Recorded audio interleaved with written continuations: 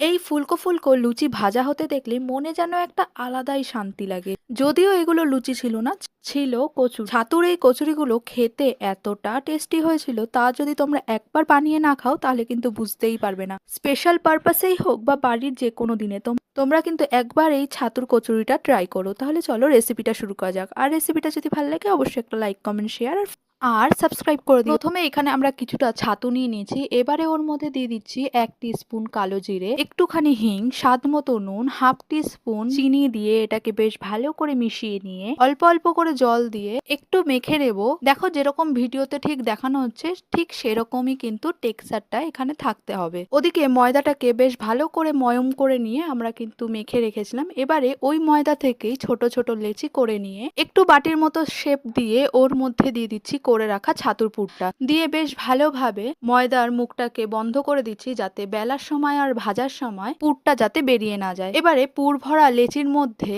একটু তেল লাগিয়ে নিয়ে বেলনির মধ্যে দিয়ে গোল করে বেলে নিয়ে গরম তেলের মধ্যে দিয়ে ভেজে নিলেই কিন্তু আমাদের ছাতুর কচুরি একদম রেডি। দেখেছো এইগুলো সবকটা কতটা ফুলকো ফুলকো হয়েছিল। যেরকম ফুলকো ফুলকো হয়েছিল সেরকম কিন্তু খেতেও খুব টেস্টি হয়েছিল। আমরা এটাকে আলুর তরকারির সঙ্গে সার্ভ করেছি। তোমরা কিন্তু এটাকে যে কোনো তরকারির সঙ্গে বা কোনো পনিরের আইটেমের সঙ্গে সার্ভ করতে পারো। খেতে কিন্তু এটা দুর্দান্ত টেস্টি লাগে। তোমরাও যদি এইভাবে বানিয়ে থাকো অবশ্যই কিন্তু আমাকে কমেন্ট করে জানিও। তোমাদেরকে একটু ভিতরটা দেখাই। ভিতরটা কিন্তু একদম পুরে ঠাসা। তাহলে আর দেরি না করে চটপট কিন্তু তোমরাও একবার এইভাবে ছাতুর কচুরি ট্রাই করো।